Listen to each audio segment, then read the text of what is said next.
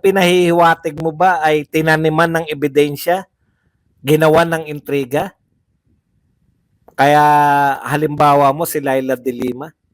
Alam po namin lahat na si Laila de Lima, ang kaso niya droga eh. Di ba? Wag mong baguhin yung kasaysayan. Glenn Pass, thank you very much sa 698 Singapore dollar. Droga po yung kaso. Abogado ka eh. No? Bakit napawalang kaso ngayon? Napawalang kaso ngayon. Thank you very much kay Mick. Welcome to regular member. Bakit napawalang visa? Hindi po dahil natuklasan na walang kasalanan. Malakas po ebidensya ni De Lima. Hindi naman po pangkaraniwang abogado si De Lima. No? Sa nagsasabi po na inapi si De Lima, tinaniman ng ebidensya. DOJ Secretary po si De Lima. DOJ Secretary, tandaan po ninyo yan. Hindi po basta-basta. Pag ikaw po ay ginawa kang DOJ Secretary, magaling ka. Wala pa akong nakilala na DOJ Secretary na hindi magaling. Magaling kang abogado, kaya ka kinuwang DOJ Secretary. Tapos sasabihin nyo, tinaniman lang ng ebidensya. Kung tanim lang po yan, kayang-kaya po yan. Oy, nag-upgrade si Amik ng super member. Thank you very much, Amik. Okay. Ang katotohanan po, si De Lima, kaya nakulong, matatag yung ebidensya niya, bakit nakakawala? Nagbaliktaran na yung mga tumistigo laban sa kanya. Kailan nagbaliktaran? Ngayon ng panahon na ni Marcos. Ang tanong, bakit hindi dinimanda ni De Lima kung sila yung dahilan kung bakit nakulong? Yan din ang tanong ko. Bakit hindi dinimanda? O Claire, kung totoo yan sinasabi mo, na si Duterte mahilig mag-plant ng evidence, mahilig mag-intriga, bakit hindi niya napakulong si Trillanes? Mas bastos yung bunganga ni Trillanes kaysa kay De Lima. Bakit hindi niya napakulong si Leni Robredo? O si Kiko Pangilinan? O si Risa Ontiveros? O si dugudugugang Dick Gordon? O, di po ba? Opo, matalino po si DOJ Remulla. Katunayan, DOJ siya. Sige, sagot pa tayo. Iisa-isahin natin yan.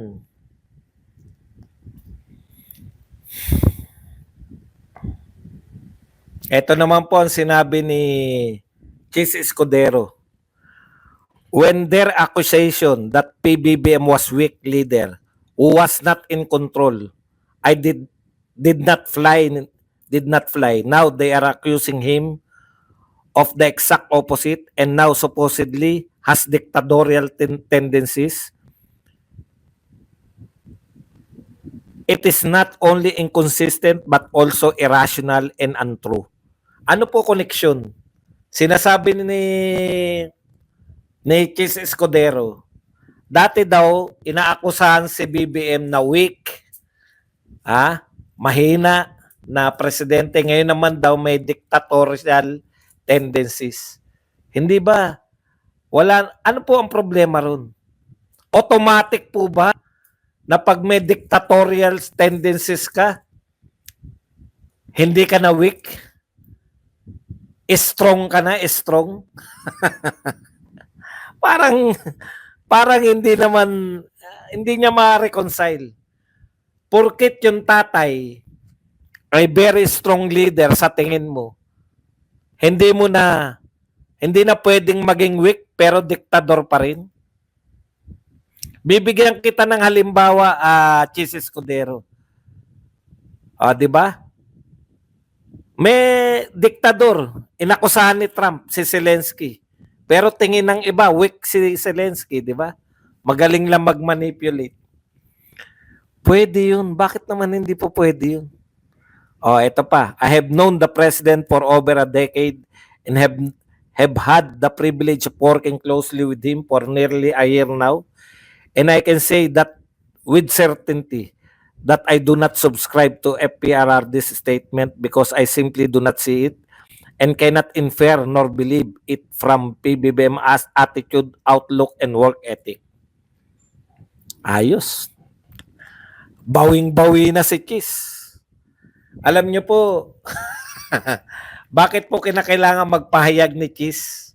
Kahit wala namang, kahit in English mo lang, pero mabulaklak ka lang din eh. Gusto niya lang pong magsabi na suportado kita. Huwag mo kong tanggalin bilang president ng Senate. Ang dami kasi na nananawagan na simulan na ni Chis Escudero yung impeachment.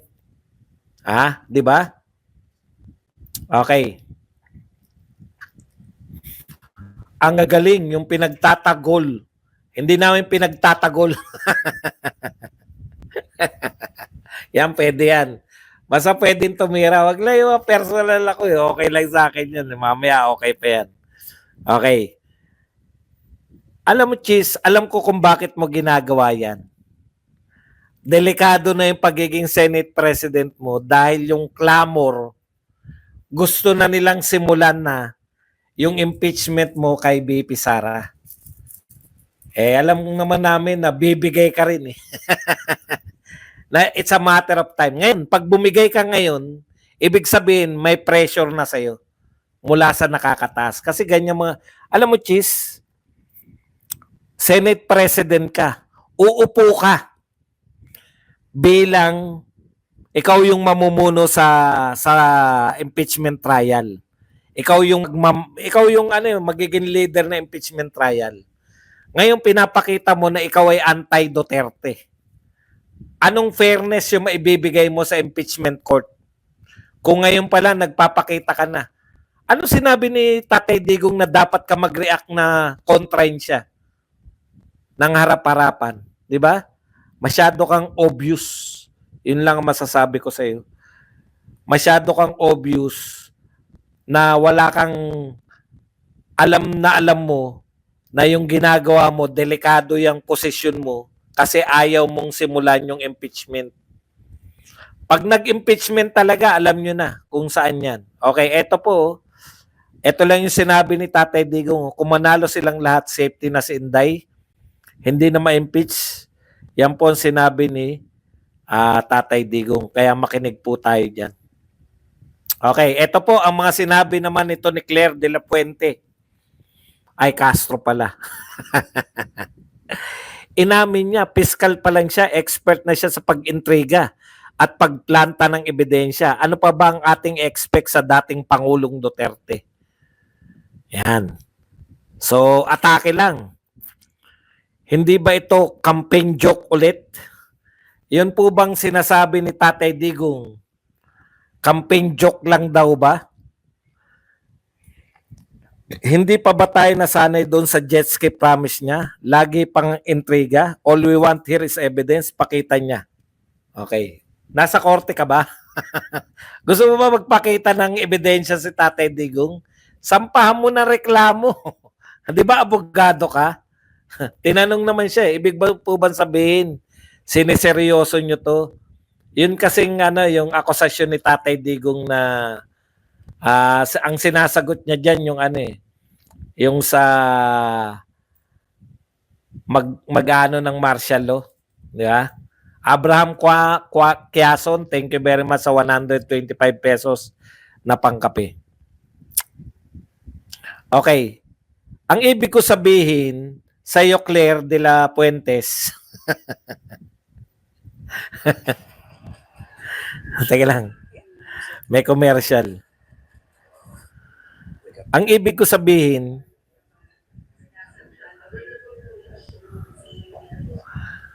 pinagbibintangan mo si Tatay Digong na mahilig mag-plant ng evidence. Tapos nung tinanong ka, sasampahan nyo ba ng kaso? Hindi naman daw. Bet hindi mo pala sampahan ng kaso. Ikalawa niyang punto. Ano ba yung sinabi nito? Campaign joke. Apektado sila eh. Hindi na raw malaman ng tao kung si Tatay Digong ba ay seryoso o nagjo-joke lang. Simple lang po, Attorney Claire. Kami po, kabisado na namin si Tatay Digong. Ay, sa ginto to. Si Tatay Digong po,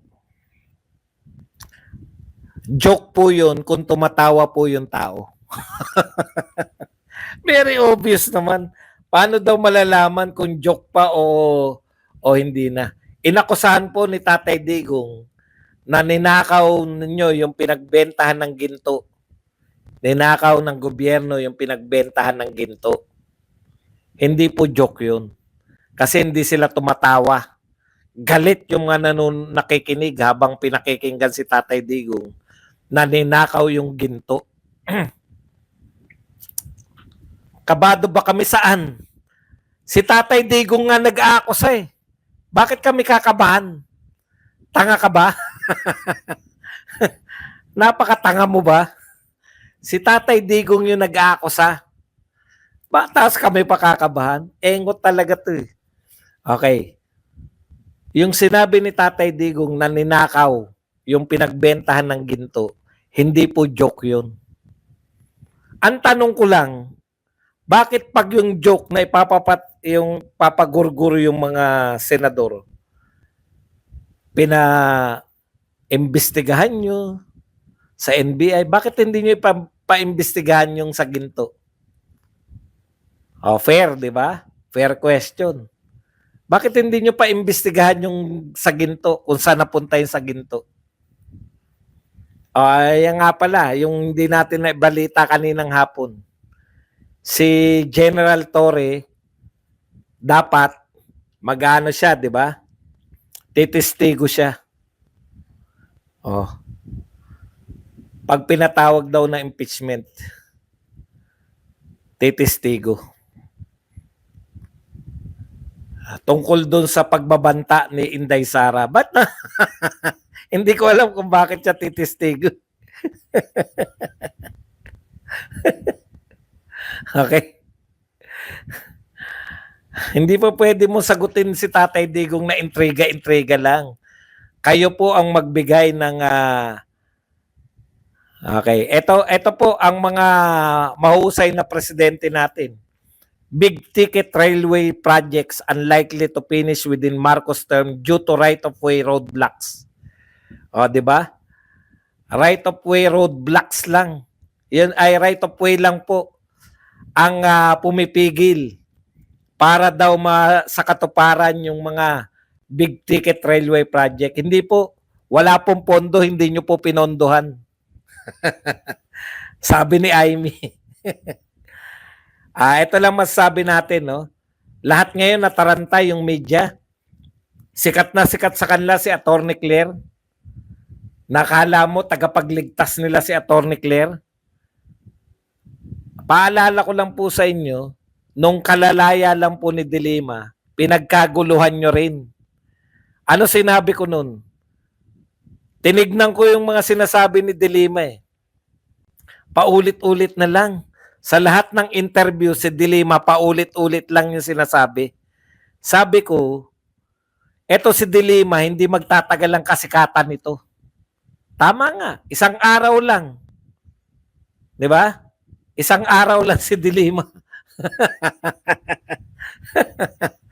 Kasi kung paulit-ulit lang yung sasabihin mo, eto ngayon si Claire Castro, siya ngayon na darling of the press. Kasi ganyan sila eh. Hindi na nila nakita si Gadon. Wala si Gadon eh. Hindi effective si Gadon. Yung mga pang-aasar ni Gadon, hindi effective. Hindi siya nakatulay. No? Titignan natin. Ako, excited ako na may ganito. Kaysa naman nung, alam nyo po, gusto nating sagutin yung mga banat nila eh. Pero kung pagtsatsagaan mo naman yung mga sinasabi nila bukbok, nila Abi, mabubwisit ka lang eh. Ang bababaw eh. Eto, at least attorney, Claire de la Puente Castro. Si Amik nga pala, pans na. Amik, pans ka nito, di ba? Pans ka ni Attorney Claire, di ba? Tignan natin kung hanggang kailan. Ha? Hanggang kailan yung kasikatan nito ni Claire Castro. Kung hanggang kailan siya matitiis. Kasi tatantyahin din eh.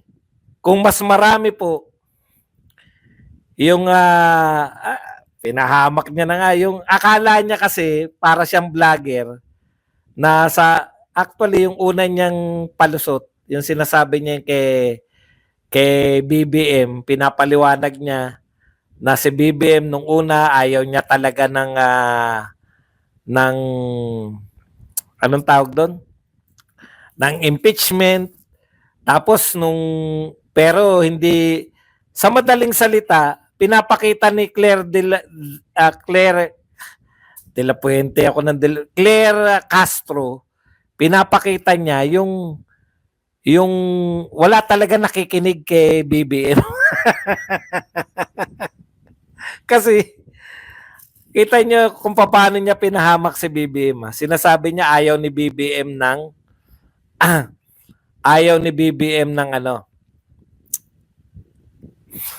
Badong Aratiles Vlogs, kaibigan ko yan, boss. Our political preference and views are hindi ka pala fans, kaibigan. Yan malinaw. Tama naman yun. Ako may mga kaibigan ako na mga dilawan, masarap silang kausap, masarap silang kabanatan. Naunawaan ko si Amik. Okay. Nasiraan niya nga si BBM, akala niya lang na pagtatanggol niya. Kasi sinasabi niya after ng lahat. Hindi po ganun ang leader eh. Ang leader po sa mga Pilipino, once na magsalita, susundin yan. Nakadepende po, hindi ka totoong leader pag nagsalita ka, hindi ka sinunod ng mga tauhan mo. Ang leadership po sa Pilipinas, pag nagsalita ka, para ng parang nakataga na sa bato yan. Yung sinabi mo, Claire, actually, akala mo lang na napaganda mo yung kalagayan ni Marcos, pero nire-emphasize mo lamang na gusto niya, ayaw niya ma-impeach si BP Sara, pero hindi siya sinunod ng mga congressman. At yan po, sign po yan ng weak na leader. Yung sinasabi nito ni Quezon Escudero, na sinasabi raw natin weak leader, tapos ngayon diktador naman. Hindi po ibig sabihin na weak leader ka, hindi ka pwede maging diktador. Pwede ka nga maging diktador na iba yung nagdidikta para sa iyo, di ba? Bakit nauso na naman yung Okay, yan lang po ang ating topic. Sa mga ibang pagkakataon pa siguro. Ito, may last. Presidential communication, yan. Ito. Drugs back in Davao. Tignan nyo siya. Ang tinanong sa kanya ng press, may nagtanong sa kanya kay Claire Castro. Sabi sa kanya, ano po masasabi nyo na nagbalik na sa Davao, sa Manila, sa Cebu yung droga? Ang sinagot ni Claire ganito eh. Kita nyo po sabi ni Claire, Davao, di ba anak niya yung ron? Ang sinasabi po ng reporter, Madam, nagbalik na yung droga, nagbalik na yung krimen sa buong Pilipinas. Tinukoy lang Davao, Cebu, Manila kasi sila po pinakapangunahing mga syudad sa Luzon, Visayas at Mindanao. Pero ang ibig sabihin ni Tatay Digong, nagbalik na yung droga sa buong Pilipinas. Tapos ang isasagot mo lang, ang isasagot mo lang sa nagtanong sa'yo, Davao, di ba, tagaro ng anak niya? Di inefficient yung kanyang anak. Eto naman mga media, yun na yung gusto nila. May nakuha na sila na atake sa Duterte. Hindi na nag-follow up. Kung ako nagtatanong nun, sa iba po, na nagbalik na po sa Metro Manila, nagbalik na sa Cebu, ano po masasabi nyo? Wala na. Kaya ang balita nila, ganito na. drugs back in Davao. That's your Sun City. Galing, no? Ang galing talaga ng media tsaka tulungan eh. Media tsaka ano, no? Ang ibig sabihin pala, pag nagbalik na yung droga sa buong Pilipinas, atakihin mo lang yung mayor ng Davao, okay na? Hindi po okay yan. Dahil nung panahon ni Digong, mapayapa na po ang Pilipinas. Nung panahon ni Digong, relatively tahimik po ang Pilipinas kaysa panahon ni Pinoy at panahon ni BBM ngayon. Okay, tanong-tanong po kayo. Pwede po kayo magtanong, magbigay ng reaksyon at higit sa lahat, pwede po kayong magpakape. Huwag mahiyang magpakape. At mag-likes, 2,300 tayo, 2,400. Mag-likes po kayo. Pipindutin nyo lang yung likes eh. Boss Baz, maki-explain po please na mas okay na straight lucky na yung PDP kasi po pag nagdag tayo ng 3 outsider, mang-aagaw pa to ng boto. Thanks po. Halimbawa, alanganin. Halimbawa si Tito Soto, pang 13. Binoto natin. Nalaglag yung pan-12, atin yung pan-12. Di ba? Yun po yun eh. Iboto nyo lang po yung Siyam. Tansyado na po ni Duterte yan. Pag pumasok yung Siyam, actually, pag binoto pa po natin yung mga kalaban natin, ilalaglag pa po natin yung Siyam natin eh. Kasi sila, hindi tayo iboboto. Pero tayo, gustong-gusto, panalo po tayo eh. Mananalo po tayo. Nakita nyo naman yung mga rally, ang lalaki po. Mananalo po tayo dahil ang suporta ng tao nasa atin. Sa kanila, kaya po nagkakaroon ng rally dahil sa ayuda. Hindi po namimigay ng ayuda doon, hindi po pwede yun. Yung mga nabibigyan nila na ayuda, sunod-sunuran po sa kanila yan eh.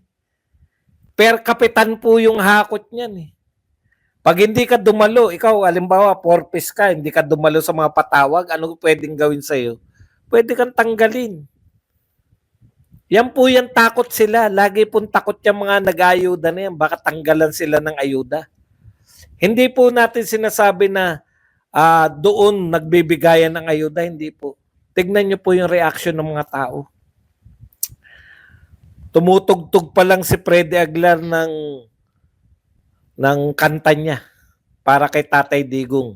Intro pa lang. Naghihiyawan na ng Duterte. At yun nga mga kababayan, anong masasabi niyo sa balitang ito? Maaring ihayag ang inyong opinyon at kuro-kuro sa comment section sa ibaba. Huwag din kalimutang mag-like, mag-subscribe at mag-share sa bidyong ito. Maraming salamat sa panonood.